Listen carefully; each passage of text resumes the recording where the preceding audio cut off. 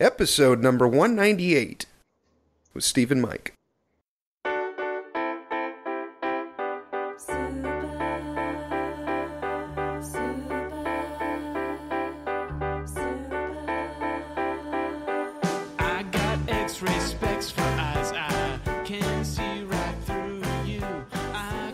Welcome to the Heads Up Poker Podcast. This is Steve Barton.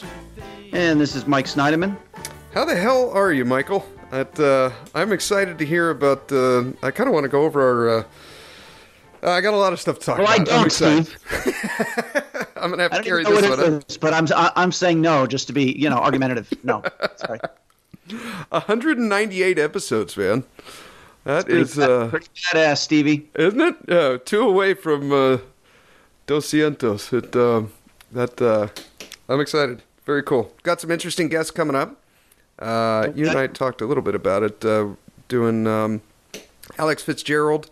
We got Andrew Brokus and Phil Hellmuth.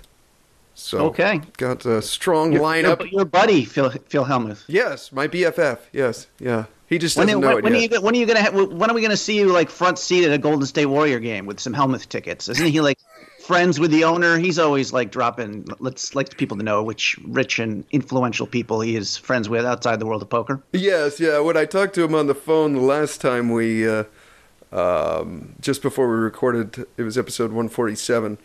He was telling me that, hang on, I'm going to be a couple minutes. I was on the phone with my billionaire friends. I'm like, okay. Right. All right. Yes, I think he knows, rubs elbows with those folks. Yes, Steve, like I've always said, man, you just get stuff done. You don't fail here. You want to start a successful, you want to do Amazon, you're doing it well and making money. Thank you. Want to pick it up chicks, even though you're a loser? Well, look at 9 minutes later. He's in a threesome with a couple of the Brazilian twins. How did that happen? And they even have all their teeth. And even the podcast, man. Very nice work. Yeah, this has been a fun run, man. It's been a lot of fun.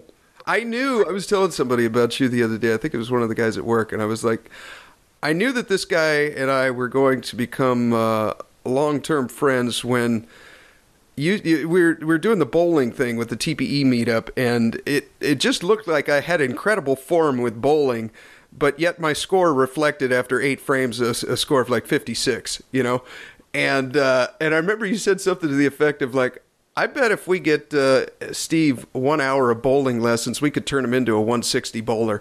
And then someone wanted to take action on it, and I'm like, this guy's pretty funny. I can be, Steve. Do you even remember that or no? That. I'm sorry, what's that? Do you even remember that? I don't remember the bowling. No, I don't remember making that joke. Oh, okay. Yeah, it landed perfectly on me. It was a good one. I remember grabbing your wallet, which you left on the bar briefly, and there was only $3 in it, and I just put it back in disgust. I said, I'm going to have to work this guy for the long con. You know what I mean? Oh, that's great. Well, we're into 2019 now. How was your 2018? What just a review? How do you feel it went? Yeah, I mean, I have a lot less money right now than I did 12 months ago, of course, because of the crypto. Yeah. It actually wasn't a terrible money year for, well, like I said, the tournaments are just a disaster. Live tournaments down like 24K this past year. Okay. And December, by the way, quickly was my worst month ever in cash. Right after my best month. It's so, I mean, like really bad. I ran bad, very bad, but kind of knew. No, I just said after last month, I said, let's just play good poker, play a lot of hours. I don't care if I lose a couple thousand or win a couple thousand. And yeah, I can't even assess it. I know there was like 3 times like the first couple days where I played like a $4,000 pot with, knowing exactly what the guy had, but just willing to gamble. Like I've got the nut flush draw with a gutter. And the guy probably has 2 pair, and I lose. And I have bottom set against what the guy probably has a straight and a flush draw, and he gets there. Yeah. Where, you know what I mean? I could kind of reduce variance there. So I was playing. There's always a couple really bad calls that I make. I don't think I played, but the run bad was real. Yeah. My last day of the month where my mother was here for a week around Christmas, which was nice. But I told her, I was having a bad month. I'm like, I want to work a couple days. And so I went there 2 straight nights, and both of them were like epically bad, like $3,500 losses. Ooh. And one of them I flopped 4 sets and lost all of them. Wow. That is some run bad. But, twice I called when it was 4-line to a straight on the river. So I don't know how much it's run bad, really. You know what I mean? Oh, okay. Yeah, maybe you could have saved the 1,500 and. I could have lost. Probably if I play well, I still lose 5 or 6K this month. But it was worse. So, but positive for 2019, I guess. Oh, I have. This is kind of funny, Steve. I'm pretty. One of my New Year's resolutions was just like go in there just to like kick ass. You know what I mean? Yeah. And I almost got in 2 fistfights my first 2 trips to the casino. You were ready to kick ass, huh? I don't think it's related. I honestly, like both times I was threatened, but I guess I was willing to escalate. Let's put it that way. Yeah. This one time we got this one guy who's famous. He's made a lot of money in poker. He's kind of tournaments. You could probably see him. I think he made a couple WPT final tables. And he's great at cat, but he's also just a degenerate gambler. And so he's playing 2-5, and he's just pissed off because he wanted a bigger game. He'd go back and play Pai Gow for 20 minutes. They'd have to call him back. He's playing like 3 hands an hour, but every time he'd come back, he would berate us for playing a small game. It's like, what a straddle, do this and that. We're saying no. So then a little later, they start a 5-5. This guy goes, I stay at 2-5. But the 5-5 breaks because they can't get anyone to play it. So we combine again, and they bring all their chips over. And I say, well, this is a 2-5. You got to take your chips off. Yeah. And this guy says, what, are you scared? And I just fucking lost it. I said, listen, you fucking degenerate gambler. Fuck, you're a loser. First of all, this guy's like a 60-year-old Asian guy who's probably weighs like 110 pounds, something like that. I don't know. And probably very good for the game, right? He's like jumps out of the chair. Let's go outside right now. So I like kind of point. I'm like, you joking? He took a step. So I immediately jumped out of my chair. Yeah. And I've seen him do this before. Let's go outside, and nothing is really going to come of it because he's going to have because the floor was immediately there, and he kind of moved past the floor and bumped his chest into mine. So he actually that is assault technically. But that was it. So the floor is saying, calm down. And I'm listening, but then I'm just tilting my head to the left, constantly letting the guy know where the door is. Mm-hmm. And there was 0% chance that he was coming outside. But after we were told to calm down, I locked eyes with him, and I went outside for 10 minutes, and he didn't come outside, of course. But so everybody's talking about that. And 2 nights later, what happened? This was not last night, the night before. This was pretty funny. There's this one guy. He's kind of he's really bad at poker and making bad decisions. But he all of a sudden he starts running it up, and he's I don't know. He's an egomaniac. Just those certain people who drag in their chips like when they win a pot, they've kicked you in the ass, kind of very It's not symbolizing it, but physically you can tell. So, and his white chips and his green chips you're supposed to be in front. They weren't. They were on the side. Now, at your casino, the white chips are hundreds and the greens are 25s, right? Yeah, they have to be in front. Yeah. I think that's the same way at every casino. Yeah, that's just standard. And his were on the side, and I knew they were there, but I had 2 guys who just sat down, including one who was a prop, who I just knew he wouldn't be able to see those chips. Yeah. So I'm like, dude, but he just was dragging a pot and stacking chips. I'm like, dude, can you put those chips in front? He's like, what the hell do you care? And I turned to this dealer. The dealer was really the cause of the problem. This dealer's kind of the worst dealer. I was talking about it to someone else. I'm like, this is the dealer's fault. He said, yeah. The dealer just said, well, I can see him. Because I just the dealer to explain the rule. Yeah. You guys see, and then this guy went to he's like, if you want to get my chips and move my chips, why don't you fucking come after me? Going on and on. And just all red face and it's like, dude, relax. It's not like I called you a fat ass or anything. And he jumped out of his chair. This guy was ready to go too. And I mean, I was like, my buddies, the adrenaline was coursing through me, like my body was shaking. I'll fucking kick your ass. And the floor was there pretty soon. It's like, and again, this guy kind of lunged at me too. Wow. And the floor was there, but he was very close to crossing the line of death. He was kind of reaching over and his finger was in my face, and it was about like 30 inches away, like 29 inches is the point where it enters the personal bubble. I wonder if, though, when the floor asked you, like, what were you doing, and did you pull out your goals and show them that, I'm accomplishing my 2019 goals right here? Yes. Kicking ass. And they nodded. Oh, we understand. Yes. Okay. We'll get you another one, Mike. I mean, here, the funny thing after one at the table was like, first of all, he left and he got thrown out because like I dialed down and he wasn't. Yeah, he couldn't. He was still yelling, "I'll kick your fucking ass, buddy! I'll kill you!" But there's a couple of people that were, of course, upset at the table. They're like, "Dude, you're the one who escalated it." I'm like, "What?" He's like, "Yeah, look, you could have ignored him." I'm like, "Yeah, the point is, So I guess I did have that option. So the guy's getting thrown out, and he's still over there huffing and puffing and whatever. And he's walking over. I said, "Dude, I'm sorry." He's like, immediately his face softens. It's kind of funny. My one buddy's like. It's like, dude, you see how easy that was? You totally control the situation. Yeah. Like, you're in charge now. At the point you say sorry, like, he's a dick if he keeps coming at you. Yeah. He was still thrown out. He was still off the door, but.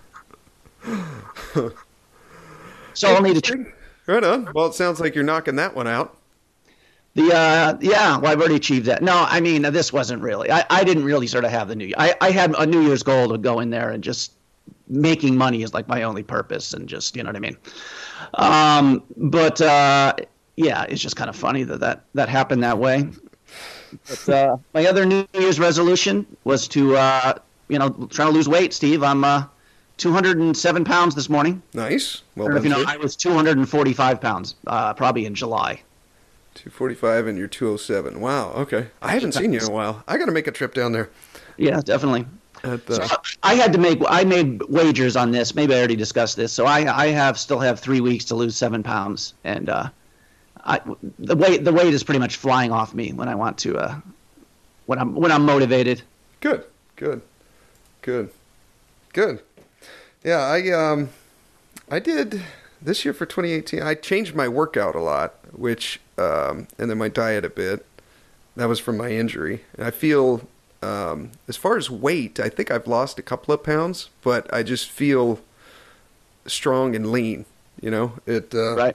I like it. I set a goal last year to get a new plane, but the goal, to make it realistic, I put it for 2020. So I guess that one's kind of carrying over through this year.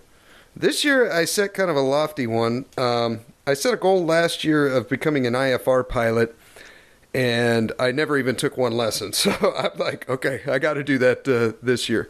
It's just, I know it's such a, man, it's just going to be hundreds of hours of studying and probably well over 10 grand. And, but I just got to do it. It would allow me to fly in an almost any kind of weather scenario, unless it's like, thunderstorms or something. What's IFR? It's instrument flight rules. So you fly by instruments. You can basically, if it's overcast and cloudy outside, you can still take off in your plane and go to Vegas. That wouldn't be now when I go out, so like the last time I went out a couple of weeks ago, I was looking at the weather, looking at the 7-day forecast because I was going to be out there for, week or week and a half. And, the weather may look good, a week and a half out, but then a few days before you leave, you realize, oh shit, there's a storm system coming in 2 days. I need to leave tonight or tomorrow, or I'm going to be stuck here for a week. If I had this IFR cert, that really wouldn't matter. Okay. It'd just be, so I don't want to get that. Do you like your place you live in now, or is like buying a home again since, that's my other one.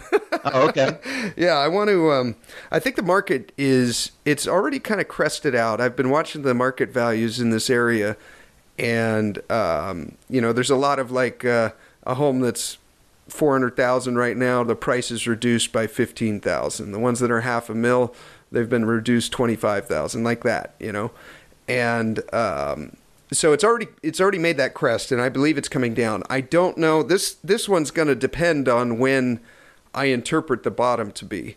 You know what I mean? So I'm gonna get one when I think we've hit the bottom, and that could be this year. I think it will most likely be this year, but it could roll into next year too. But I thought it should have happened 6 months ago, but I was wrong there. But it just took a little bit longer to dip than I thought it would. I don't know if we went into your divorce settlement. We mentioned that not only did she rob a checking account and empty it of like $23,000, you also ended up having to give her half your house. Pretty much, yeah. Yeah. It came out to $75K. It was, that includes the money she stole. That includes no, that's not including the money she stole. So basically $100,000. Basically $100K, yeah. Yeah, that was a stinger. That was a tough check to write. Right. That was the cost of getting her out of the house and out of my life. And seeing how your career poker winnings are like $340. Yes. I don't know if grinding longer hours is the answer online. It was that was a stinger, but well, you took it well. Yeah, it came out better on the other side, I think. I think the part of her trying to poison you to death is the part that would stick with me more than the money. But Steve, you're a very forgiving sort. I don't know what else it could have been. Can we tell this story from the beginning? Okay. Well, I think we danced around it for about a year. Well, I can't remember how much we've said about it. I don't know if we did. Yeah, you've wanted to hold off till the divorce was final, which was like a month ago, right? Exactly. Yeah, I finally got her name off the properties, and we're start off. You were visiting for Vegas. You were coming for like 4 days. I was visiting for Vegas. Yes. And you were staying in the house, obviously, with me and Alex. Yeah. And did you just get on and just arbitrarily, like, did you get a notice from your bank, or did you check your bank? You just happened to be checking your bank one day to pay a bill. How'd you know at that point that your joint checking account had been emptied? She had transferred all the money to some account in Colombia. I was actually on vacation. This happened just before I met with you guys in Vegas. You showed up already. Yeah, so I was down in El Salvador or somewhere, I can't remember. And I looked on, or no, I was in Honduras. And I had just gone to the ATM that day, and I had pulled out, 4,000 lempiras, which is their version of, that's what they call their currency. And I didn't know how much it was. So I have a habit of going on and checking the bank account when I make a withdrawal in a new country, just to make sure shit went good. And you, of course, you never know in these countries, because it's third world. So I think it's more likely that the ATMs can have those little card readers and stuff on there than at home. And I wanted to see what the exchange rate was, what 4,000 actually was, if it was $250 or if it was like 400 or what, So right. I look it up. And then I noticed the account says 0, and I'm like, well, that can't be right. The main checking account that we used to pay bills and everything, and then there was another account, savings, and there was another one, poker, another one, travel, and then the account that we had, jointly had like $23K in it, which we were going to use for her flight school. And that was 0. And I thought, oh shit, damn it, I shouldn't have gone to that ATM. And so I looked through the where the hell did this extra over 20 grand go? And then I see my ex-wife's name, and I'm like, oh God, what happened? And then I look at the transfer where it went, and it went somewhere down to Colombia. And right about the time that I saw that, I got a text on my phone from my ex saying, I've had it, I'm done, filing for divorce. And I'm like, oh shit, this was intentional. It's not like there was some family emergency or something that was going on. I was like, oh God, she did this on purpose. I'm out of the freaking country right now. I have another few grand between the other accounts. I think I had another, 8 to 12 grand, something like that. First world problems. So I was like, okay. And I was talking to my buddy, and I'm like, what the hell do I do? And he's like, well, you better secure the rest of your money there before she does the same thing to the other accounts. And I'm like, fuck, I guess you're right. And I was, it took me several days to like come to grips with what the fuck had just happened before I moved that money into another. I had to open up another account with the bank, move all that in there, because I had an account there for my godson for his college, like just all this shit, you know. Cancel your credit cards. Oh God, yeah, canceled all the credit cards, canceled the debit cards and her debit card, and then got a new one. Meanwhile, I'm in another country, and so I did that. I squirreled the money away, and I thought, okay, well, we're minimizing the damage here, you know. I still have like another week on vacation. I almost debated going home, but luckily my buddies talked me out of it, and they said, "No, you'll physically kill her if you go home now." Like, you're probably right. So I had to go home for like one day, and then I was going to go straight to Vegas just to get. I'm sorry, 1 second. When she said she's getting divorced, was this a phone call you had or via email? Was this a conversation? This was a text message. And that's all she said. Did you respond like, "Is this serious?" And just were you getting nothing back? I'm curious. Was there an explanation or something or anything? I think I called her, and I remember her saying that she was angry, and she eventually said that her mom needed an emergency surgery, which I later found out I think was like carpal tunnel, and I'm like, I don't even know what's true with this girl or not anymore. You know what I mean? Like, I don't know if... I don't know if that's ever an emergency surgery. Emergency means like... like you got a freaking brain tumor or something. Yeah. So I don't know if she really did have carpal tunnel surgery, or if this was just some story she came up with, or like, I just don't know. Either way, it doesn't matter. It really doesn't matter. But I remember calling her and telling her, no, it's over. And because she was apologetic, and I think she realized she fucked up, because if she would have waited like another like 2 months, she would have got her residency extension, and then she could have been here for like 10 years. But she pulled the plug in November, and she should have waited until January. Right. But anyhow, I got so back in the States. Sorry, I come back for one night, and then I was going to head straight out to Vegas, and she was in town for like 2 hours when I got home, and then she left on like a 4-day trip or something. And I went home, and she was trying to talk me out of the divorce, and I'm like, no, it's final. I'm gonna go file, and then that'll be it. And then that was kind of a chilling moment, as you described. If you want to go into that a little bit, because I remember how you described her there.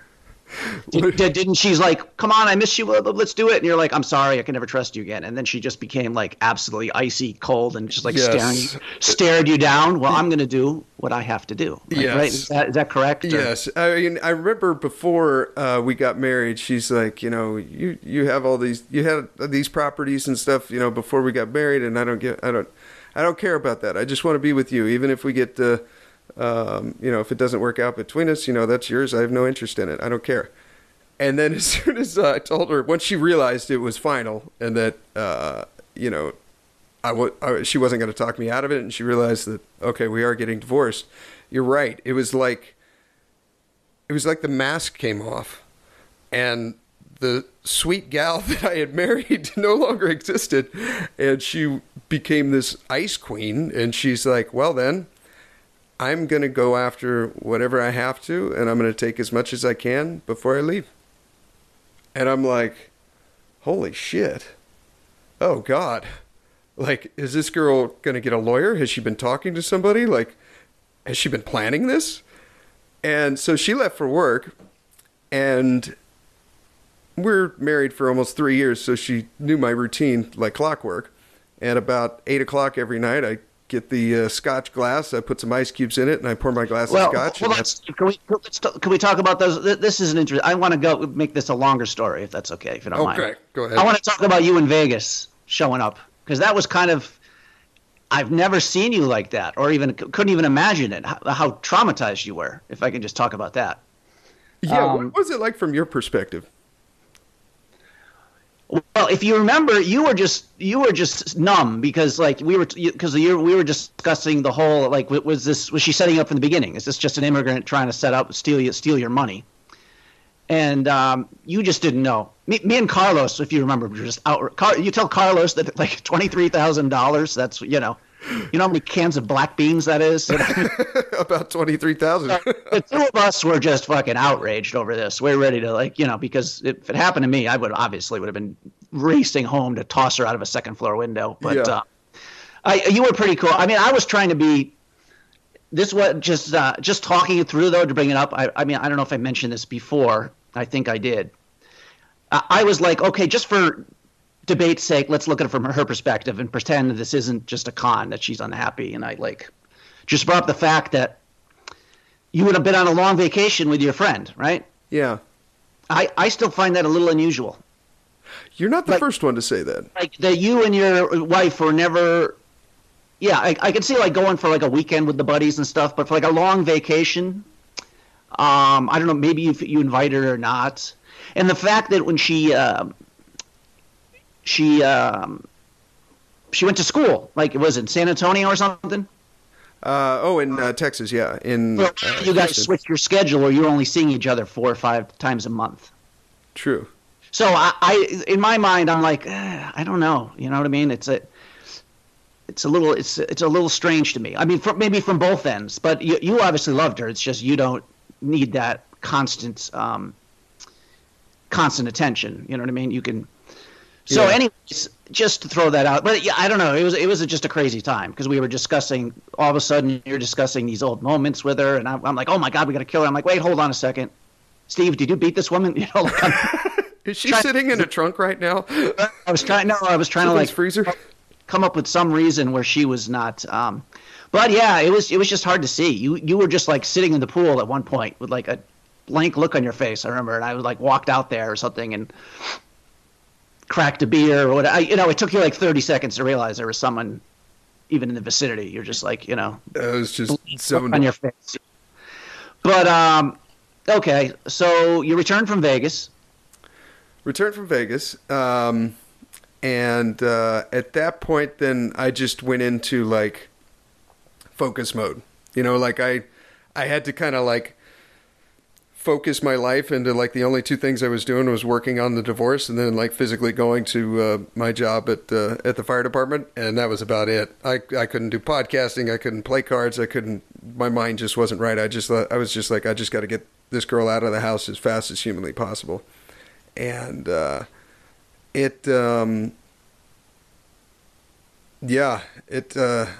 First of all, I can't even talk about the legal issues, but it is pretty crazy. She files for divorce and is suing you, and she has a right to be in the house. Yeah.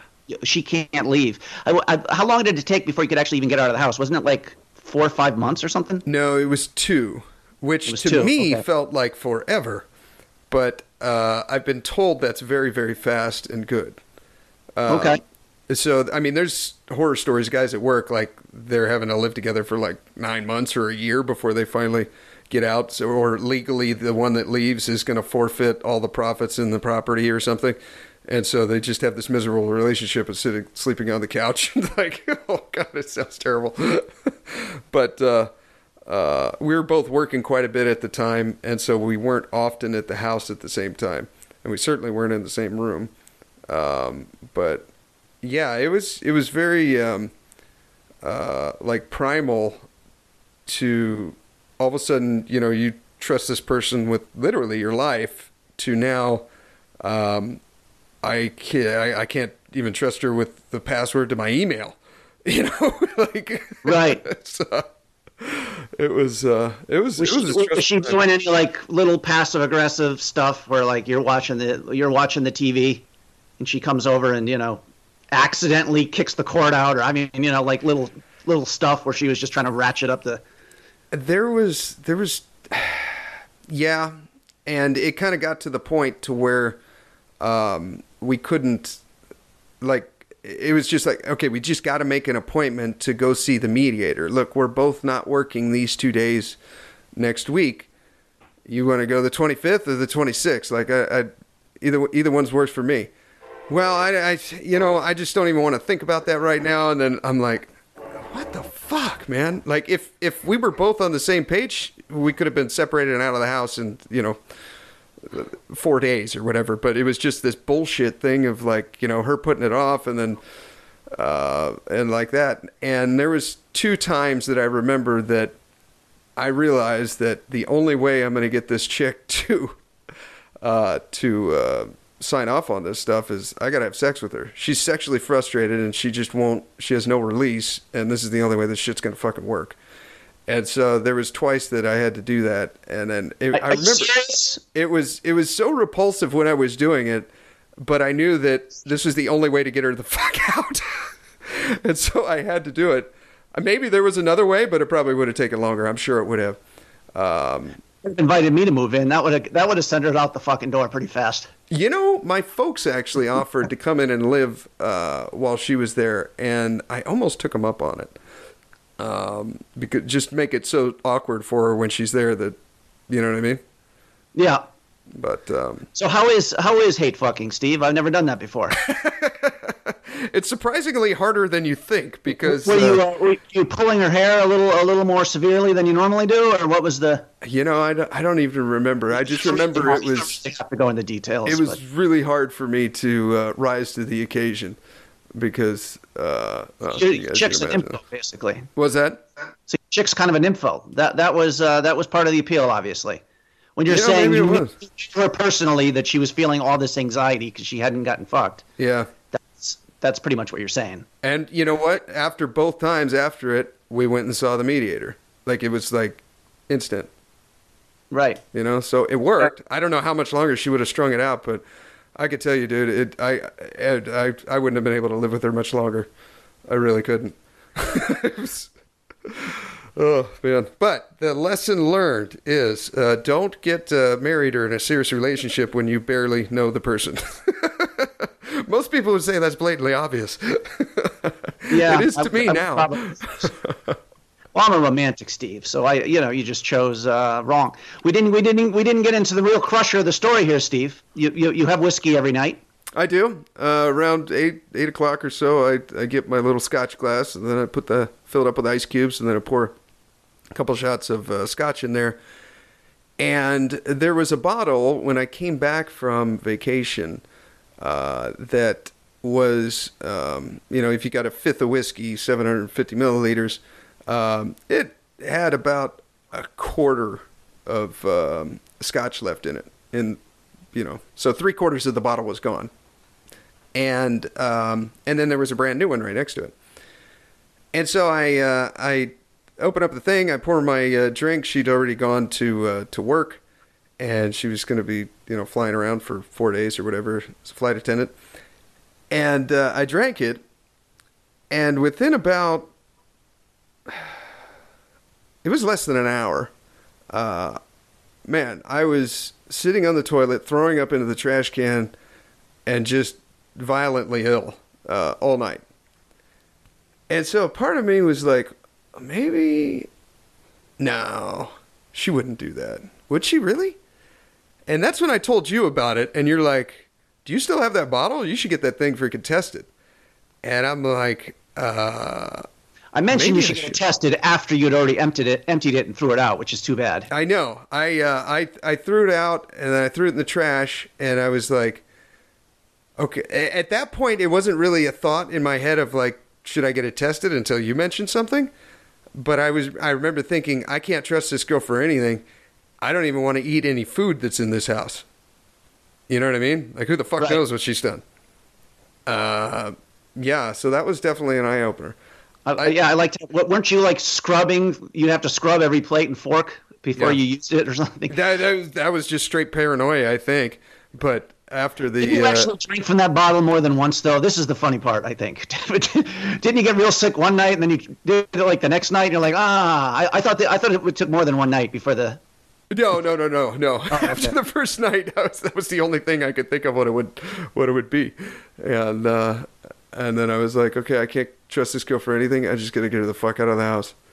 And I don't know, maybe that would have given me closure one way or the other if I had gotten that thing tested. But at the time, I was just like, okay, what do I got to do? What paperwork? What did the lawyer say? I was just in focus mode, Right. Yeah. Well, that's the end of the story. Oh, I was trying to help you come out with ways, Steve, to like punish her? You were listening to that. This is how traumatized you were. I'm trying to think the best one I had. I like this one here, because the trying to kill her without hiring a hitman. You know, I mean, you don't want legal. I thought this was a good one. Get her to come back, come in the States, honey, I miss you. Come like financially, send her some pictures. This is the jewelry I bought you. I want to, buy you a new car. I just need to see you. Somehow get her back in the States, and then like go on like a, hey, let's go camping or something. Like, she probably hates that kind of shit. Somehow in the mountains, and then whenever you're there, just pick up with your car keys and sprint away. And she's just trapped in the mountains without a cell phone. And then you can be like, oh, she wandered off. You know what I mean? Oh, that'd be great. Or just leave her at the airport, something like that. Yeah, just never pick her up. By the way, I bought a new house. Yeah. And then give her a GPS to my fucking house, man. I'll fucking take out the fucking pimp hand if you have to.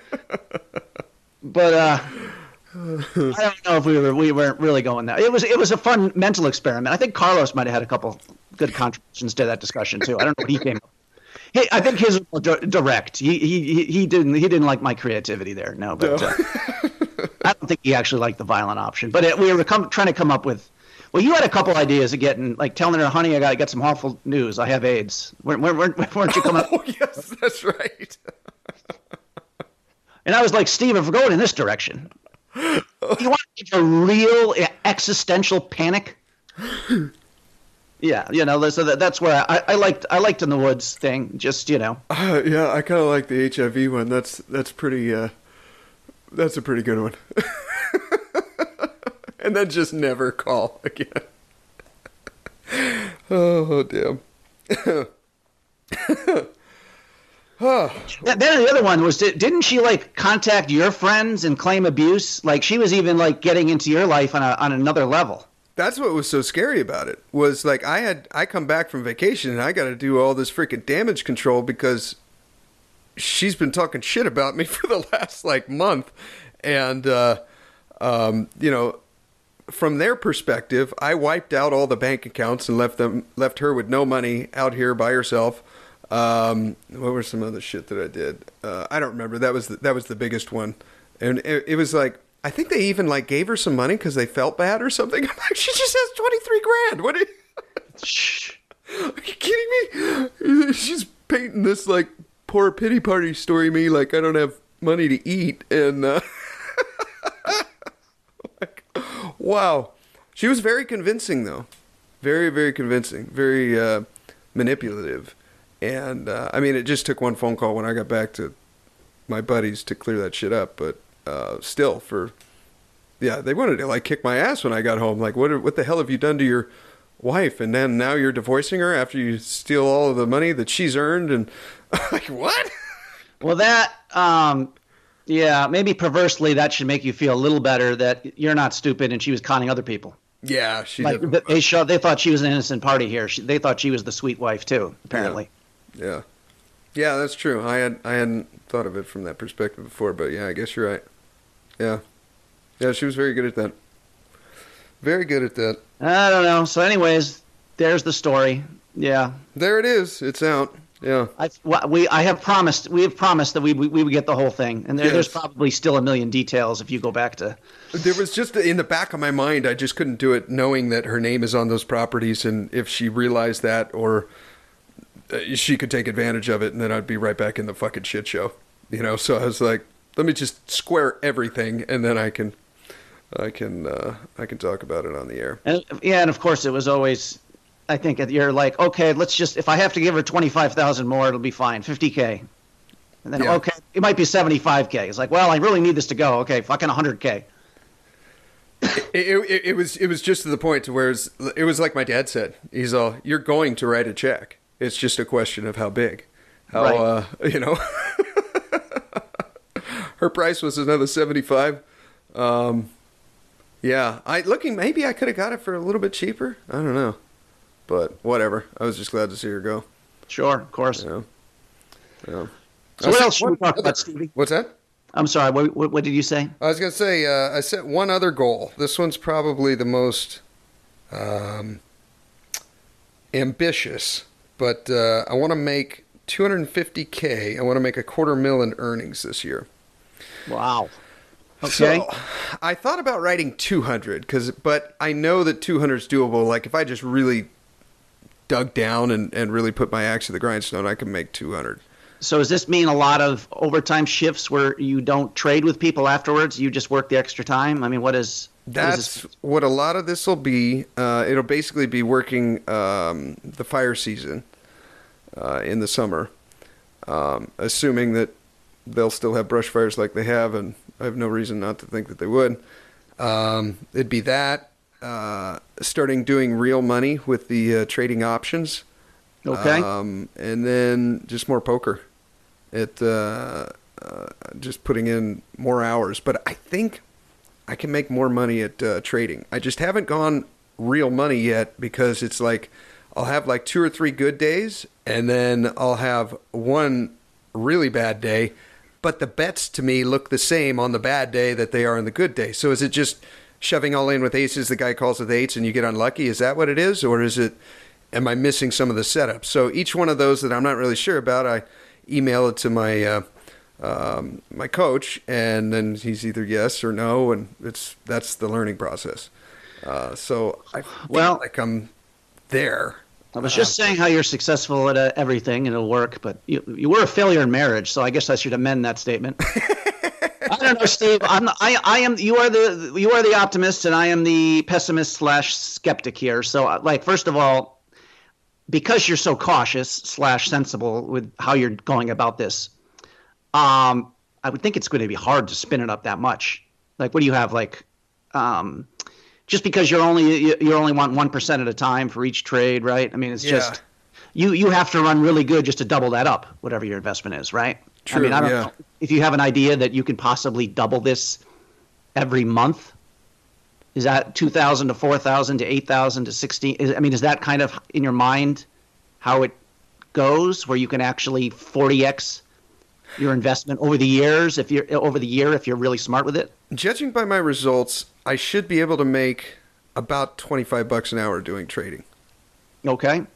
So now the limitation is you can only trade from about 7:30 in the morning until 11:30 in the afternoon. I mean, 12 o'clock you should, that's even dangerous. I would not make a purchase after 11:30 unless I saw like a super sweet setup, because the market's going to close an hour and a half of that after that. And if you don't sell it by then, you're just fucking stuck. So you got to kind of time it right, and you don't want to do it in the first hour of trading because it's so damn volatile. You have no idea. There's no pattern to look at to see what to try to predict what's coming next. You know what I mean? You just kind of got to let it go. And then it's either going to be going down or it's going to be going up or it's kind of going to go sideways. And that gives you at least some prediction factors there, So I guess my point is my window's kind of limited. So right, if I can only trade Monday through Thursday are the best days. Fridays are pretty volatile, so I'd rather not trade on those days if I can help it. But if I can get in a 4-hour day twice a week, that's an extra couple $100 a month, or a couple $100 a week.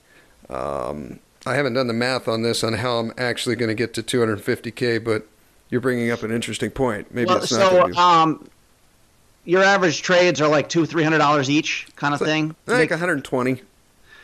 Okay, well, if your bankroll, if you ever had a hot streak here, or if you wanted to take the money you have set aside for a plane and put it in here, and if you were making $500-600 trades, then hypothetically it's now a $100 an hour job, right? Yeah.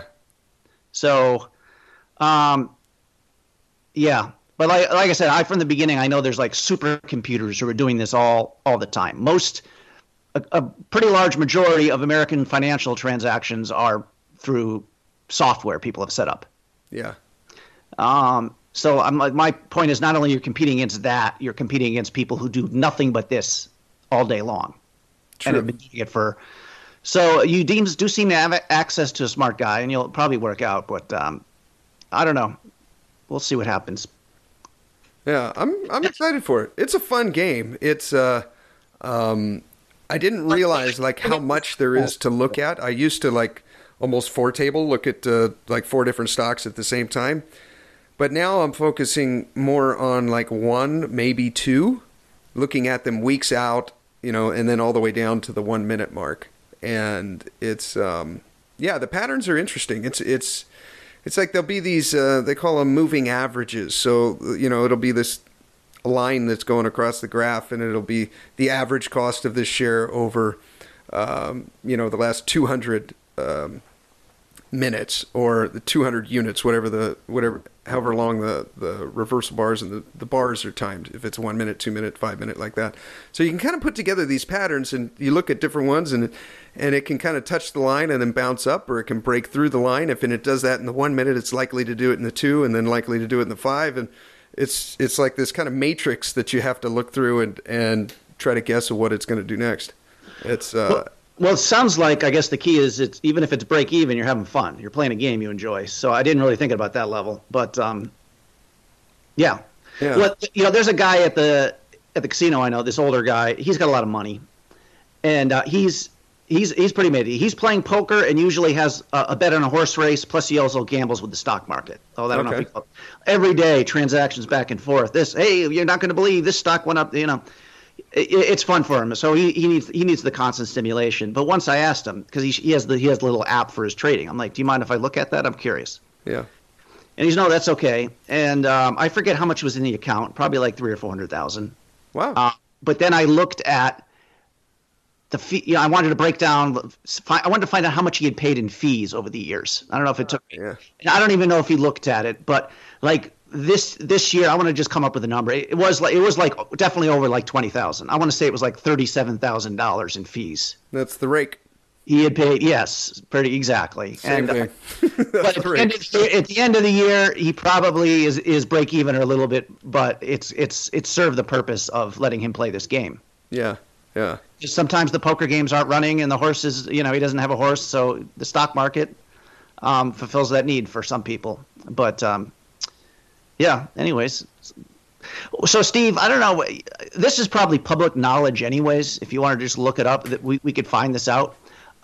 What is your base salary as a fireman, if you don't mind saying? Let me. I just got my check, let me take a guess here. Okay, go ahead. In my mind, your base pay was. I wanted to say like 85, 90K a year, but now when you're talking about how much money you got to make, it's got to be 120K a year or something. That's about right. Let me think. Hang on. 23 times 26. I'm doing the math right now. About 112. I feel last year I made more than that, though. Last year I made, I think, like 120. I must have had a couple of overtime shifts sprinkled in there. Okay. Or I'm a little off on the math. I would say it's plus or minus 5 on that. That is fucking ridiculous, by the way, how much money you make. But no, that's you've worked. But okay, there you go. You got that. I don't know if you're factoring. You don't really, from your rental property in Vegas, or do you have two of them? You don't really. They just kind of pay the mortgage, right? Oh, I didn't think of that. Yeah, I'm getting $500 extra a month from one of them. Okay. Although I am refinancing one of them, and I'm taking it from. I think I got 20 years left on the loan, and I'm putting it to 15. So that payment's going to go up a little bit, and that extra 500 is basically just going to get dumped into that to pay it off in like 12 or something. So I won't be getting any extra cash from there, but I do have a positive cash flow on that, which is nice. Of course, Steve, I'm the degenerate gambler, so I'm going to give you the bad advice. But with the trading thing, once you feel comfortable, I think, put an extra $6,000 right away into your account. That's the $500 a month you get from. I mean, the worst case scenario, Steve, is you make $130,000 this year, kind of thing. You know what I'm saying? True. Yeah. So if the trading is what you like, and you've set the bar kind of low here with $25 an hour. I think to make it worth your while, you should be making whatever 55 an hour, whatever you make for the fire department. For the fire department. Yeah. Yeah. You'd have to run your roll up a little bit, but if you're not at that point of comfort, yeah, that's just my first thought. It's I think I'm going to start with $6K, and then that'll allow me to kind of keep the same bets that I've been doing the play money with, 120, and that keeps it at like 2%. And it's I guess I look at it like a poker tournament. You know what I mean? Just keep it as a small portion of your bankroll, and then your risk of ruin is only 15% or whatever it is. Right. Well, you're the man who's soon to have 2 planes, Steve. So don't take financial advice from me. But it just when you're trying to make that extra, whatever it is, even with the extra, plus the overtime. I don't know, Steve. In Vegas, you love Vegas. Yeah. You really want to give up your summer just to make. I'll be out there for the WSOP. I won't miss that. Okay. But, are you going for that? Very doubtful. Really? I told myself that I was going to take a whole year off from tournaments. We'll see if I can manage that. Yeah. But I mean, maybe like an LA tournament. I think maybe I talked about this before. Like I need to win my way back into Vegas. Like do some LA tournaments here, and then if I have a 50K score, then there we go, 15K to Vegas. But it'll be hard. I'll probably come out there for 5 days and play like the monster stack in a couple of win tournaments maybe. But I'm going to have right now. I'm just, of course, coming off a miserable month. I'm still back. I'm still owe taxes to the state of California from 2017. So yeah, I still I don't have a lot of money, Steve. So if somehow I were to make a couple real, I would have to run good here, real solid, and save money to even think about Vegas, I think. But okay, I'm over it, Steve. I mean, the tournaments I love going. I love making day twos in tournaments, and hearing that the money bubble has passed and that I've got a lot of chips. I like, but otherwise, it's just it's just not a good investment of my time. Okay, I think I'm gonna play. There's a 1K double stack in the middle of June. I think I'm going to play that. I'll probably sell some action again this year for some of the bigger tournaments. What I did last year, I think I had 7K in buy-ins, and then I cashed out 9K, so I made 2K. Okay. But you know what? That's another thing that is the wild card in this too, because some of these bigger tournaments during the summer, if you bink the thing, you could get 100K. Right. So that's the... you're only playing 15 tournaments in 2 weeks, but anything could happen. Maybe not even that many. So that could be the wild card too. Yeah, I was always said I'm waiting for that. Like I thought for sure at some point I was going to have a big score. Yeah. 300,000 plus. I would, but I might at that point it might be just getting me even for tournaments. You know what I mean? Yeah. Or I've already gone broke and I'm someone else is paying for 98% of it, so I don't make any money off it. You know what I mean? So, tournaments, big thumb down. Plus I don't know. I would think 3 years ago I would have been touting my tournament skills and thought I was really good, and that was just results. But I think I had a pretty good edge on people, and I think that's pretty small now. Because I'm not playing a lot online. Yeah. And you just got to stay on top of it. I mean, there's people who just live poker 24 hours a day. So. Yeah. I've learned how to sit in a poker room and be patient and grind long hours. And, if I work 50 hours a week, 20 hours a week, it's just pretty much break-even poker where the game just isn't good. And then, there's profitability and hopefully, 10, 15 hours a week, 50 hours a month. It's just there's wild action. And that's how you pay the bills with those times. Yeah, yeah. But you gotta play long hours to be there for that. Yeah. And to have a bankroll for when it doesn't go well, you can try it the next time. You know what I mean? So. Yeah. Anyways, I don't know. I actually got a couple of hands, Stevie. Oh, nice. Okay. Let me tell you guys quickly about Elliot Roe. Get your 7-minute Tilt-Buster by clicking on the link in the show notes. And I am super excited because Elliot is coming out with his new masterclass. I have access to this right now, and I'm checking it out and kind of giving him some reviews with some other guys that are going to be touting it. And I'm pretty excited. This is it's a neat long class, a lot of content. I think it's going to be well over 100 hours, but I could be wrong. Super excited for that. So I'll put out the link when it comes out. But, click on the link in the show notes for the 7-minute Tilt-Buster. It's free. You put it right on your phone and listen to it before you play. Okay, Mikey, what do we got? Couple cash hands from the last couple of nights. Okay. First one I discuss. Under the gun, 1 raises to 20. Okay. Okay, are we 5-5, 2-5? This is 2-5. 2-5. And L. Okay, under the gun raises to 20? Yeah. Okay, 20. Okay. I'm in the hijack with 2 6s, 2 red 6s. 6-6. Diamond heart. Okay. Who's under the gun? You played with him before?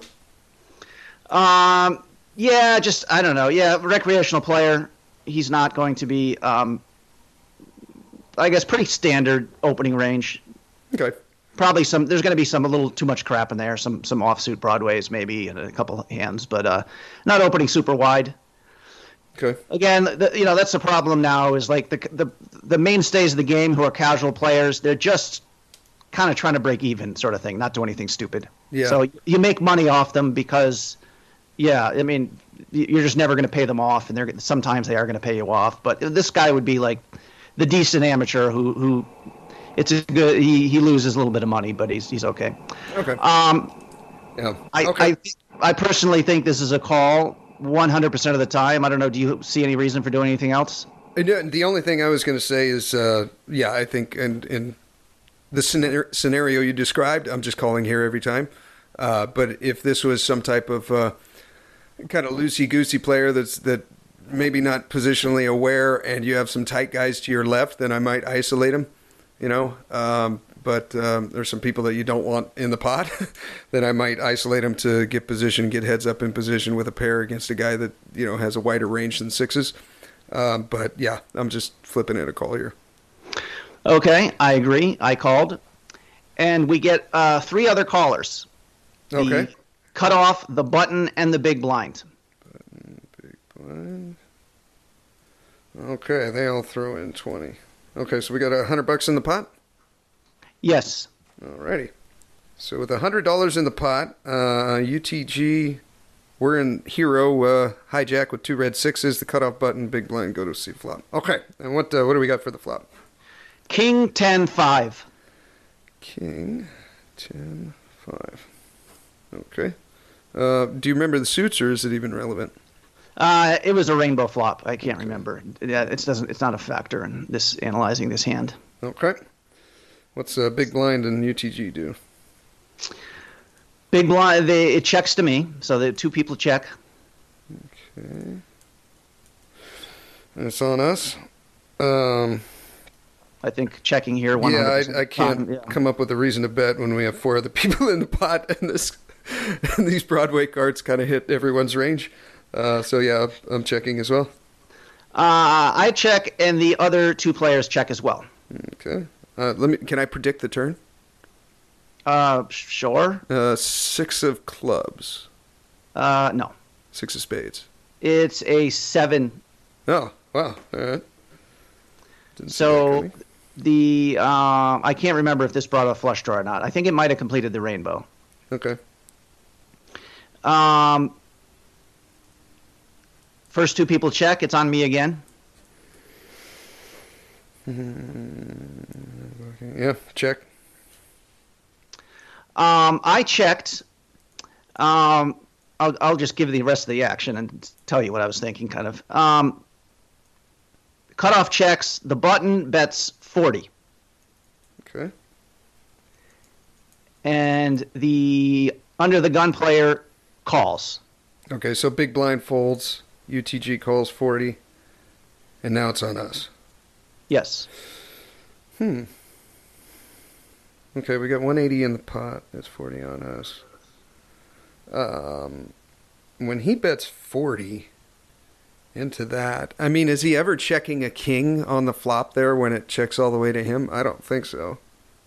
Wouldn't he bet a king there? That was my That was my thinking. Is that we had 2 people here with mediocre pairs. Yeah, I mean, the best they got here, I think, is a 10. Someone could have queens, I guess, and the other guy could have ace 10. UTG could have queens, I think, but I think anyone behind you is raising with queens there, right? Anyways, I raised to 200. Okay. And they both folded. Nice. Oh, and the cutoff got out as well, right? Yeah, everybody folded. Yeah. Okay. I like your thinking, dude.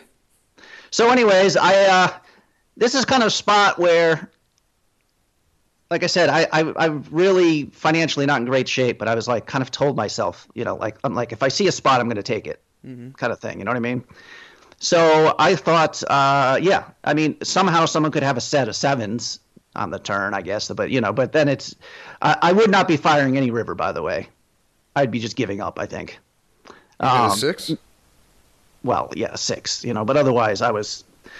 So I don't know. Probably decent pros don't like this move because I didn't pick up any equity on the turn. Okay. But anyways, I liked it. I saw a spot, and like I said, I checked. And, this was exploitive too. The button I thought was very stabby. If anyone folded to him, I thought he was going to be betting a fair amount. Yeah. So, anyways, I like it. No, I like it. I like the way you broke it down. And sometimes, and you can get this in live poker that you can't really in online, is, being able to see him. And like you said, he's kind of stabby. And when he just confirmed that for you by betting 40 into 100 right there, the second time it was checked to him, he's just never has a king there. Right. He did say he had a 10, but I don't. He probably had a little something of it. Yeah.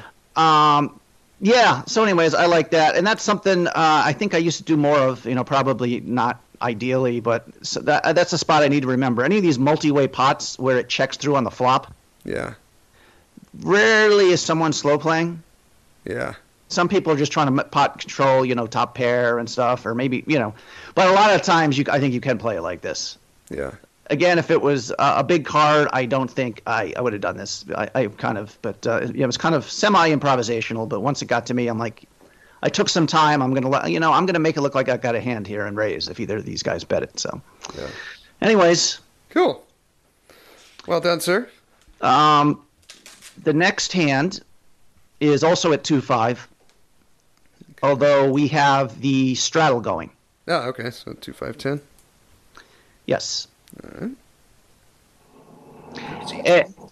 And I have ace king in the small blind, and it folds to me. Oh, all right. It's offsuit. I think it's, let's see, ace of clubs and a king of diamonds I have written here. Okay. I'm assuming the big blind did something other than fold. Sizing. Okay. The straddle called. The big blind folded, and then the straddle person called. Okay, and what'd you raise it to? 30? I raised it to 40. 40, okay.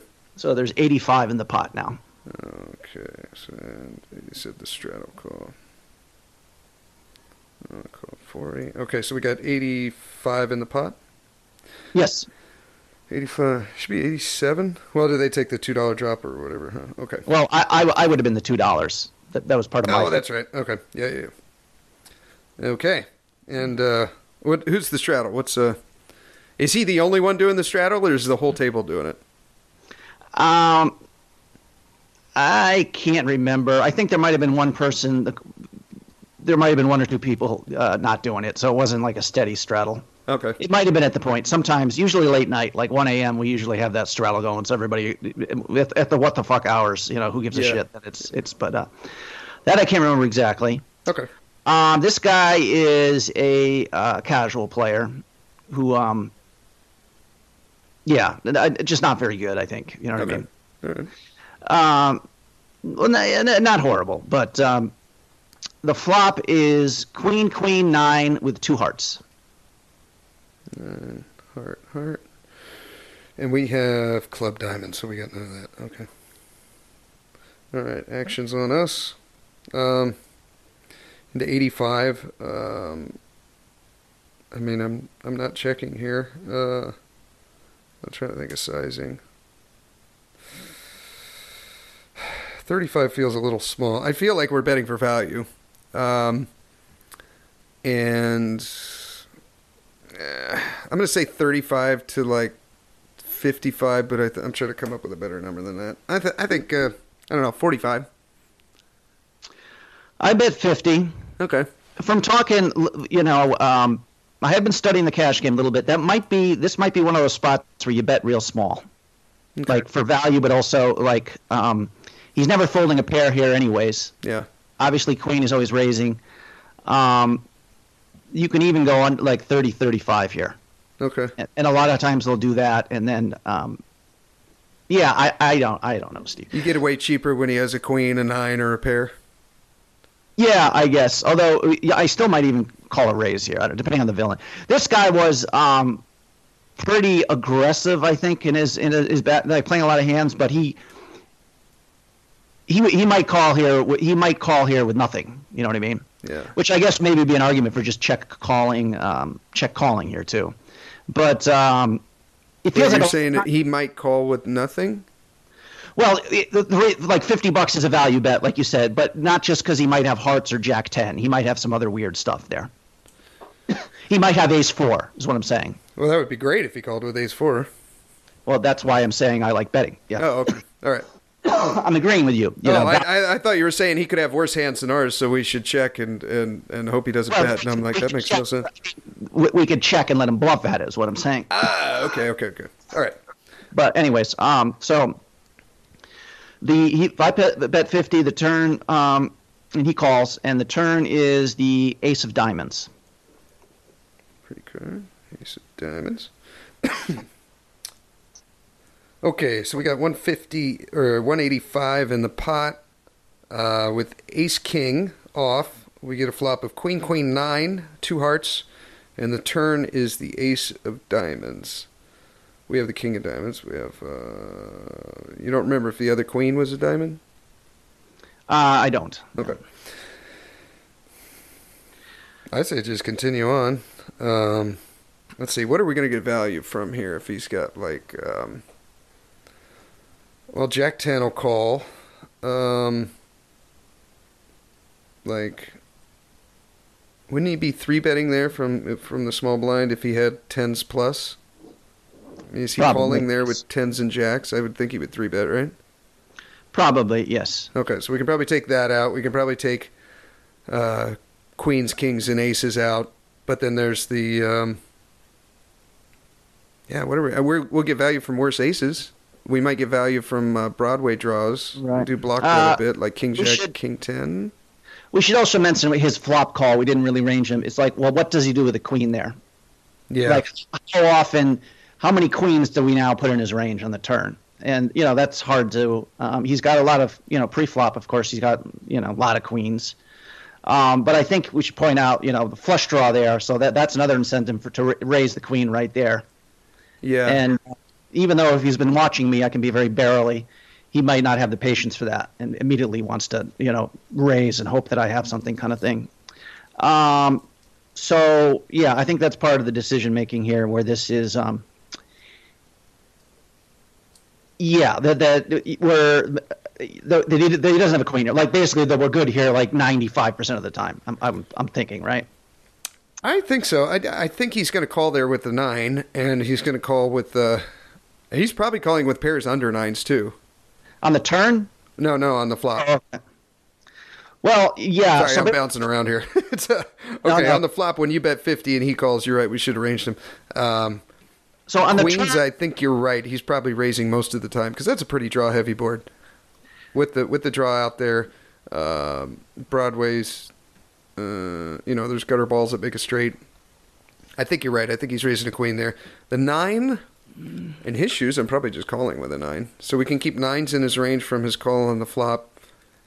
Pairs, like, maybe he's tossing away deuces and 3s, but I would think he's calling with 4s, 5s, 6s, 7s. Well, just to go to the turn here, I guess this is my question, is if we bet big with the ace here, thinking we have the best hand, 95% of the time, should we just bet it big and hope for max value that he has an ace somehow? Or are we... trying to be a little cute and check here and let either him bluff or bet the river? Because I'm just thinking of if we bet big here, probably with a bluff or a bet, I'd be betting like 140 or something. Mm-hmm. What is he calling with? Is it worse? I guess should we be targeting just one street of value here maybe? Let's say we could see his hand face up and he had King 9. Okay. Would we check here and then just try to get some value on the river? Or hope he bets it somehow?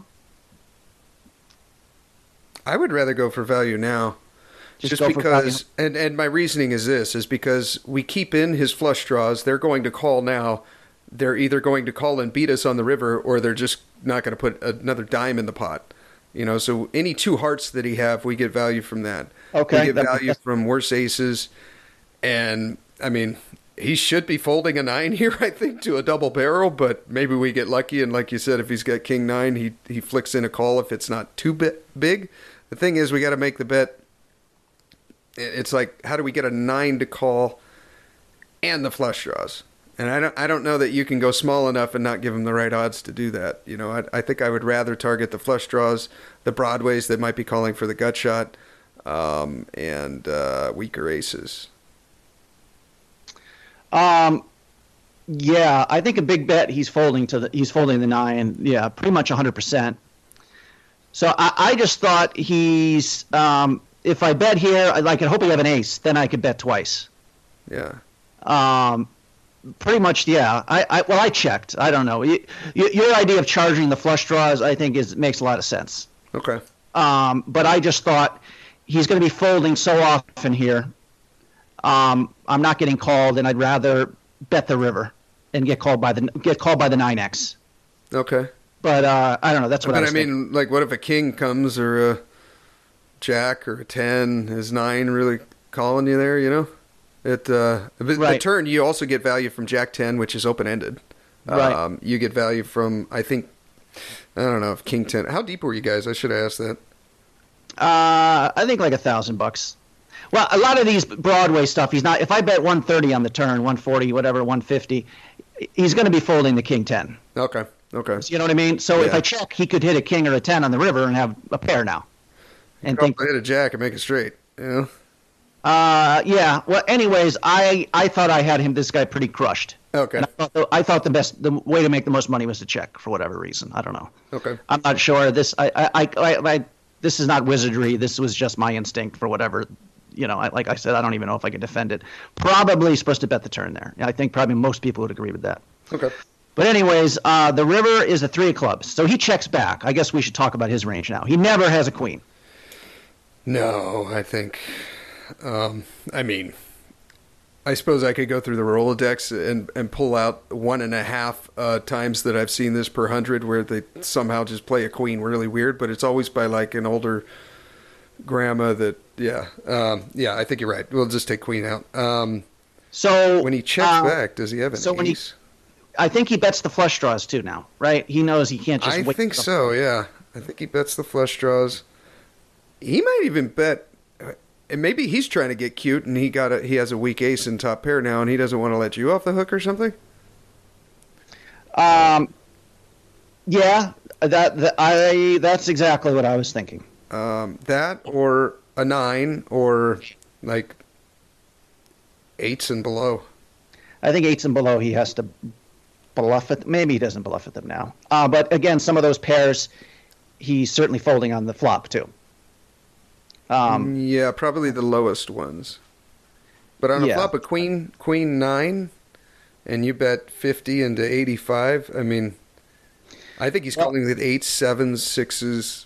Okay, but I guess the point is here now with this river that we love, are you betting to get called by those hands? What are you thinking now with 180 in the pot? I'm thinking we should target an ace and a 9. And just accept that you're going to lose if he hung around there after the flop with 8s and below.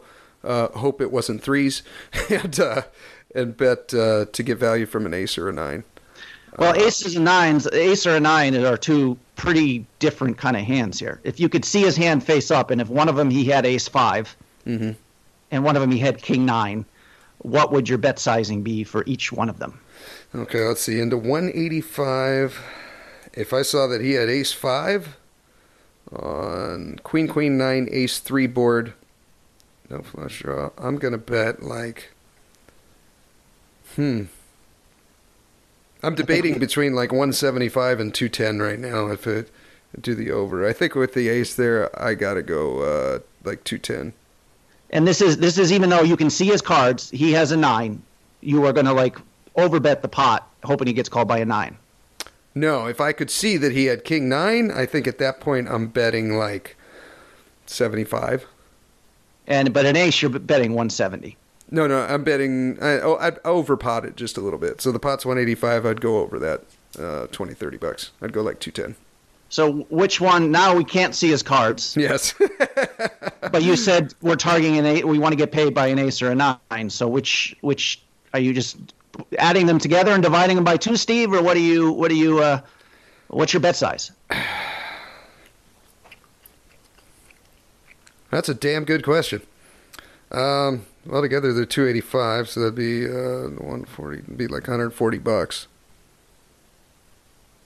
I don't know. Would that be the right way to approach it? Just bet 140 and split the difference? I don't think a 9's calling 140, are they? No. So then you really only get an ace. If you think he's got more 9s or small pairs in his range, basically than an ace, then you should be betting 50 or 60. Yeah. To bet small. Well, I decided that I wanted to try to get some value here. And I really didn't care if he had a 9. I'm focusing on he checked back an ace on the turn. Okay. That possibility. So I'm targeting weaker aces specifically. Okay. I don't know if this is white magic to Helmuth. You look smart when you have it. Yeah. But I bet 320. Interesting. Okay. And he called. And I showed my hand, and he showed his ace. So. Huh. He didn't show you the kicker? No. Okay. Maybe, but. Probably didn't matter. Interesting. Maybe this. Okay. Because, if we look at how many cards are left, right? Okay, we have 1 ace accounted for, and there's 1 on the board, so there's only 2 left in the deck. But there's only 1 9 on the board, so that means there's 3 left. So I would kind of argue that he might have more 9s than... Well, maybe not, because he's not calling your raise there with 9 deuce, but he is with ace deuce.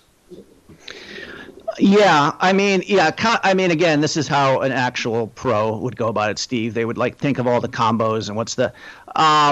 But basically, I thought there was enough. If there was the same number of combos as 9 as aces, let's just say here. Yeah. And let's just say this guy is getting is a donk who's going to call with the 9, 100% of the time, 6 for 6. But if he's got an ace, and you bet big, he's going to call 2 out of 6 times. Yeah. You see what I mean? It's 600 versus 300. It's profitable to go for it big here. I don't know. And this guy, the previous night, I should say, this guy really got pumped up. He won a big hand off me where he called a 3-bet with king 6 and turned trips and, Oh. So I kind of, he did really well the night before. So I think that was my factor into it here, that he's maybe even almost still on winner's tilt. And he was up a little bit on this night. And again, I get caught a lot. I bluff about as much as anybody there, for sure. Okay. So, I like how I played it. I thought it was worth the chance to go for the big value here. Yeah. Just how, he's watching me play, how I play, so that's all kind of exploitative tough stuff. And I don't even know if he's calling $50 with a 9. So I guess this would be, this is just targeting. This is trying to go for max value. Yeah, definitely. This is, Brokos has the one TPE video, targeting value. Targeting value, yes, I've watched that so many times. It's great. A lot of it is just hoping the guy has the hand you want him to have. Yeah. When you have a big hand, also has a big hand. You know what I mean? So. Yeah, he's got the set just under yours or whatever. Yeah. Well done, dude. That was a nice one. I would never have bet 320 there. That's impressive. I think I would have settled on like 140, and I would have won about 180 less than you. So that's good. Yeah, and like I said, it's a villain guy. Not that he was not like the guy I almost fought with, not an egomaniac, but I would say a little more ego than other people. Doesn't want to fold the winner. A little like me there. You know what I mean? He's gonna, if he thinks there's any chance you're gonna bluff, he's going to be calling. And so I was just hoping ace. Yeah. Like I said, the smaller pairs, and there might have been a bunch of shit that could have called for a $60, $70 bet. But like I said, when you say split the difference like 140, the nines fold and the aces call. Yeah, so just go for the big one. So maybe let's be greedy and make it a little bigger with the ace, I think. You know what I mean?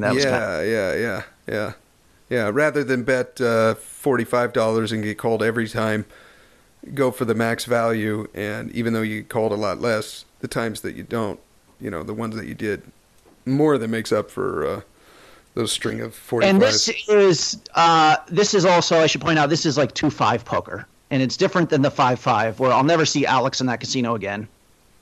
You know what I mean? Like, it's just all the crushers have left, I should point out, too. Oh, really? What happened?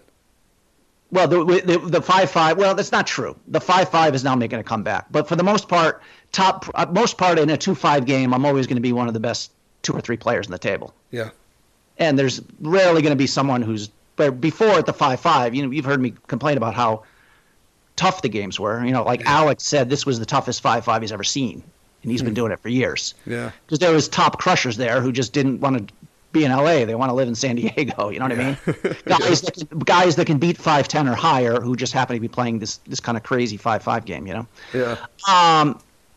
So I'm just saying, like, I can think more creatively in this group. Like I said, when I'm trying to make little angly plays like this against other, no, it still works against anybody. But I don't know. I just have to look for these spots. Yeah. And, so a couple things. Yeah. So when I see these spots, I got to take them. And I also like the sixes hand rather than ISOing. This is something that I've been doing a lot. Like save. It's just if I squeeze there to 120 or whatever, 100, if there's a couple people in it, immediately the pot's huge. Yeah. And I see bet and they call and I'm already fucked. You know what I mean? Yeah. So get in cheap on the flop and then just outplay people post flop. And it's almost like sort of passive pre-flop play makes any plays you make post more believable. Yeah. Like they'll think your range is stronger. You know what I mean? And on top of that, I was talking to, who the hell was I talking to? Anyways, the more cards that come out, if you're better than they are, you have more information and, you've seen, more decisions be made, so put yourself in a spot where you have to make a lot of decisions, like getting to the river, and you can make more money because you'll be making, there may be 8 decisions in between there and the turn. And, in theory, you're making those decisions better than your opponents who are not as good as you. Yeah.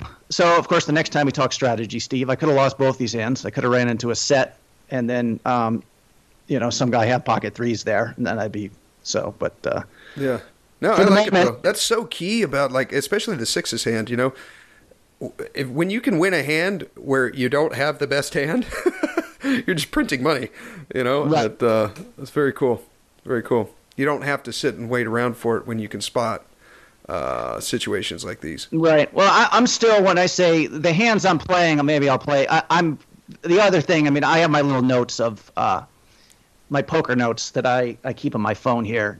Basic stuff like relax, breathe, take a, some of there's some poker stuff, but all like stick to the ranges with like 9 exclamation points afterwards. So when I say the table's softer, I'm still not opening queen 10 off under the gun. Yeah. Okay. I'm still betting a pretty strong range, pre-flop anyways. It's just post-flop, I think. People are less capable of holding up to the heat maybe than they are at some other games, or less likely certainly to punish you for they're not going to rebluff you anyways. You know what I mean? Yeah. So I've adjusted to this 2-5 pretty well. I'm hoping it's a good game for me this year. We'll see. The ecology of the poker room is always changing, but in terms of stack depth and hand ranges and knowing the player field and going there in a better state of mind. So I'm hoping it's a good year too, Steve. I've targeted 120,000. That's my target for the year. Right on. And that's 10,000 a month, and for me to get that means I'm going to be playing a lot of poker. Yeah. But there's still time to have fun too. Yeah. Good, man. Cool. Cool. This was a fun one. We got a hand from a listener, but I'm going to save it for next show. Marcus, we'll go over your hand, and we got Andrew Brokus, I believe, on next. So we'll talk it over with him, and it's a cash hand, so that's perfect. If you can be on there, Mikey, and then the Brokus as well, we'll crush this hand. Okie dokie. right on. Cool. Well, what do you got for this today? You gonna play cards? Yeah, tonight. I'm gonna right now just go to the beach a little bit, then pick up my son from school.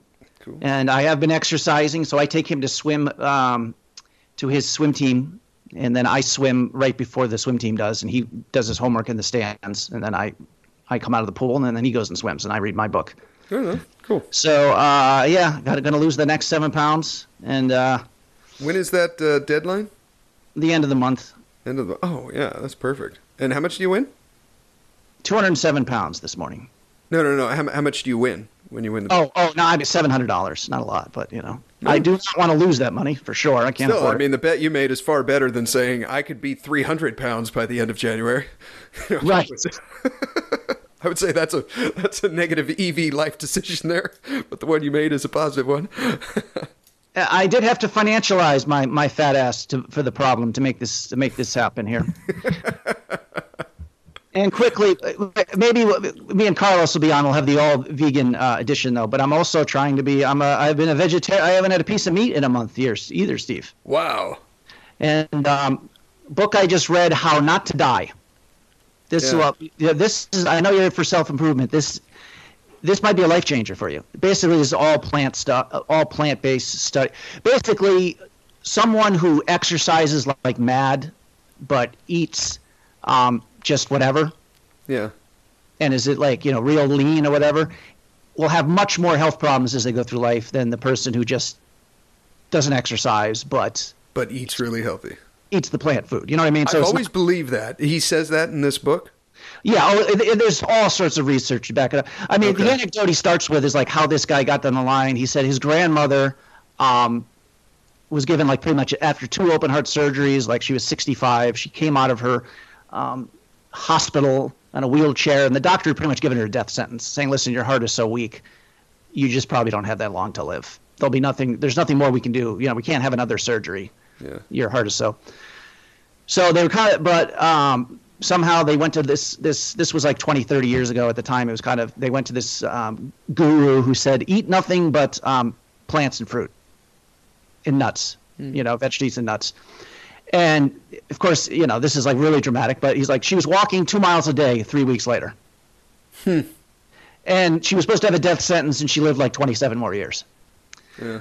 So, but there's a lot of other stuff that I don't know if you have Netflix, the documentary Forks Over Knives. I think I watched that with folks, and I wasn't. So that goes into the same thing, like how terrible a lot of this stuff is with you. But again, this guy had like a lot of research to back this up, and it's has a very scientific approach. And I mean, also, if you're an animal lover, I guess, but beyond even sort of any ethical thing, like the thing I didn't even know. I mean, I know like fruits and vegetables are good for you, but there's like a lot of like spices and stuff which are great for your heart. Interesting. Like I didn't even know all these So you mentioned Tapatio specifically because I probably keep that company in business. No. Okay. I don't know. I got a bunch. I can't even remember. If we ever want to do a health, I'm pretty evangelical about this, but not entirely. Well, it's obviously working. Not entirely knowledgeable. Yeah, but this isn't even for. Basically, I wanted my dad to do this because they pretty much told him he could go at any minute. Yeah. And I'm like, this is worth trying, and see if he can do it. And my mother says she'd do it too, but only if I do it. So she came out here and we did nothing but cooked, vegetarian chili, and we made some squash soup, and then we made some black bean pasta with vegetables and da. So. You could actually. I actually started putting weight on again when my mother was here because it's pasta dishes and whole bread. Because I wasn't cutting the calories. So now I'm going back to just having a smoothie and basically a couple of health bars each day. Okay. So but I mean you will lose weight doing this obviously, but it makes a very convincing argument that just But the How Not to Die, it's funny. Like at one point, like he's talking about you can actually add years to your life, and he was going into, how we get older is like the little chromosomes break down. He tried to talk about like the end of a shoelace. It frays. Yeah. Continue to fray so it's done, and they actually showed that some of these cells had not actually repaired themselves that were starting to fray. So you're actually, I guarantee, since you're such a self-improvement guy, Steve, I guarantee if you actually read this book, you'd be a vegetarian like the next day. I don't know, it's hard to imagine. The stakes are so good. Me and my sister's on this too. She's always, and the problem is we're like, well, at home it's good because you cook yourself food and you're always having tasty. It's like when you go out, you go to a friend's house party, whatever date, So, anyways, I'm doing this. Carlos, of course, has been talking about this for a while now. Although I don't think he quite has he's ever stuck with it entirely, had the entire discipline. Yeah. But you just got to cut out the sugars and the meats and all the, pretty much everything crap. And it's amazing how still you can eat well, taste well. But it's, I haven't even desired the food. I brought vegetarian chili last night. And, I still, when someone's eating the honey garlic chicken next to you, you love the taste, but the desire for that is going down a little bit for sure. So do you eat a lot of beans? Well, there's a lot of beans in the chili for sure. Okay. And how about cottage cheese? Do you eat cottage cheese? No dairy at all. Oh, interesting. Okay. Yeah, no dairy at all. The dairy, and this isn't just a lot of the stuff, like no fish either. Like this guy breaks down like this idea that fish oil is good for you. He says is bad. Interesting. Okay. I don't know. Basically, I forget. He breaks it down how many servings each day of everything you should have. Like it's like 5. Let's just say 5 vegetables, 3 fruit, 2 or 3 nuts. The nuts have all sorts of, like I bought some Brazil nuts. They supposedly have all sorts of curative powers. I don't know. They're expensive. They're like $15 a bag. 2 or 3 physical nuts, you mean, or 2 or 3 servings? So like a quarter cup or like probably those. Yeah. Okay. Yeah, servings of basically like one meal is a salad with a handful of cashews. I have to look down, but also the spices. Like too. And stuff, or? I don't know, Steve. Can I go to my kitchen and grab the one I'm thinking of? Yeah, I'm really fucking curious what this is. This is interesting. Hold on, Steve. I'm over here. Okay. No. As the train goes by, let's make it for great pod right now.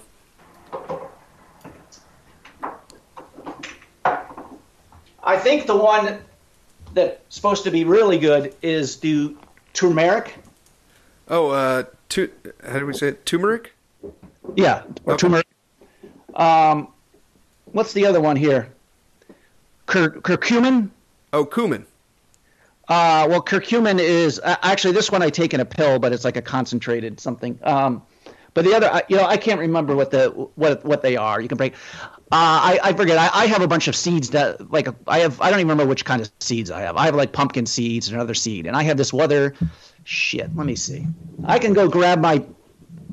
Well, I can't remember, Steve. I'll let you know. Okay, yeah. Just making for great pod right now. like in your mind, you're like, if you said, "Well, I'll have nothing but fruits and veggies," that would be good. But there's this guy's, nuts and spices too. Also have all sorts of, little macro ingredients, or what are they called? Macronutrients.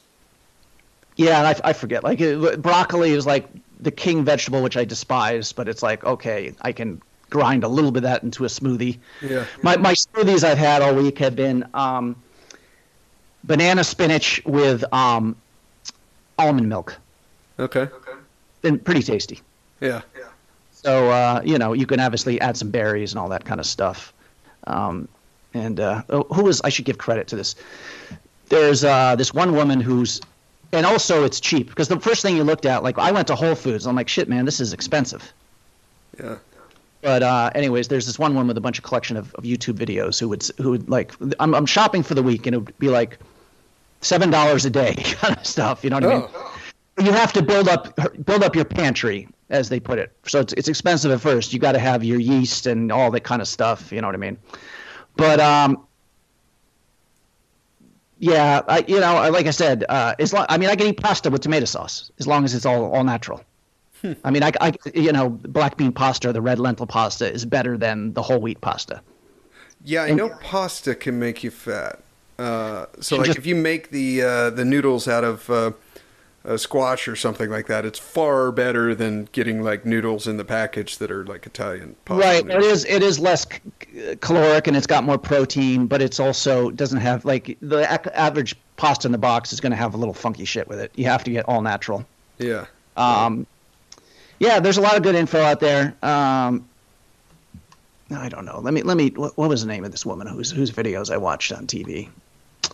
Steve, we'll have to do it some other time. I'm not properly prepared for this. Carlos has a bigger brain than I do, so he would be able to go in. But yeah, the book. That by the way is how I really got on it. There's this one guy I know who is who I play poker with. He actually owns a rental property right across the street from me here. So I run into him. He's out there painting all the time and stuff. So once a month I go over and talk to him. And then he started talking about how he feels so good and all this. He feels better than ever. And And he talked about the book. And he actually, I'm like, well, what do you eat on this? I talked to him for a long time about this. And he brought me up to his apartment and we went through his refrigerator. Yeah. He was so proud of all the stuff. And him and his wife are both doing it. And he's like, I feel 10 years younger. I mean, there's a lot of testimony to that. Like in the forks over knives thing and all that other kind of thing. But so you're not just losing weight and avoiding putting crap in your system. You're washing out a lot of crap. Yeah, yeah. Because like all the stuff that's built up in your heart is not just stopping. You're cleaning it out. Well, you've sold me, sir. I just downloaded the book on my phone right now, and I'll give it a listen. Come down for a visit whenever.